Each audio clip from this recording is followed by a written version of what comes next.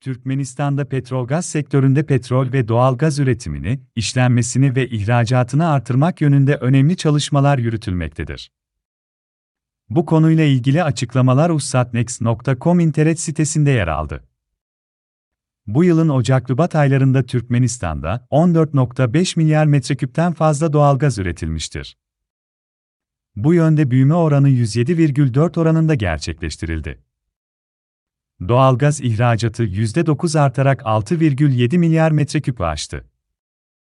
Doğalgazın büyük kısmı Çin Halk Cumhuriyeti'ne tedarik edildi. Petrol üretiminde de artış.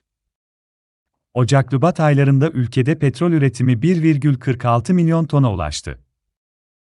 Petrol üretimini Hazar Denizi'nin kıyı bölgesindeki yeni alanların geliştirilmesi daha da arttırılacağı ifade edildi.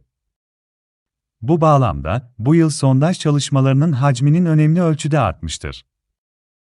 Halihazırda Türkmen Petrol Devlet Kurumu, Kuzey Goturtepe sahasında 11 üretim ve 2 arama kuyusu inşa etmektedir. Buna ek olarak Türkmenceolori Devlet Şirketi alt yataklarının araştırılması için 2 kuyu açmaya devam etmektedir. OKAP Bilersiz Türkmenistan ve Fransa'nın iş çevreleri yakınlaşıyor. Uzunada yatağında da arama çalışmaları hızlandırılmaktadır.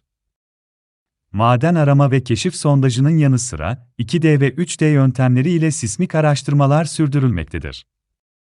Türkmenbaşı Petrol Rafinerisi'nde Ocak-Şubat aylarında 310 bin ton çeşitli marka akaryakıt, 273 bin tondan fazla dizel yakıtı, 13 bin tondan fazla polipropilen ve 10,6 bin tondan fazla yağlayıcı yağlar üretilmiştir. Ülke genelinde sıvılaştırılmış doğalgaz üretimi 28 bin tona ulaştı.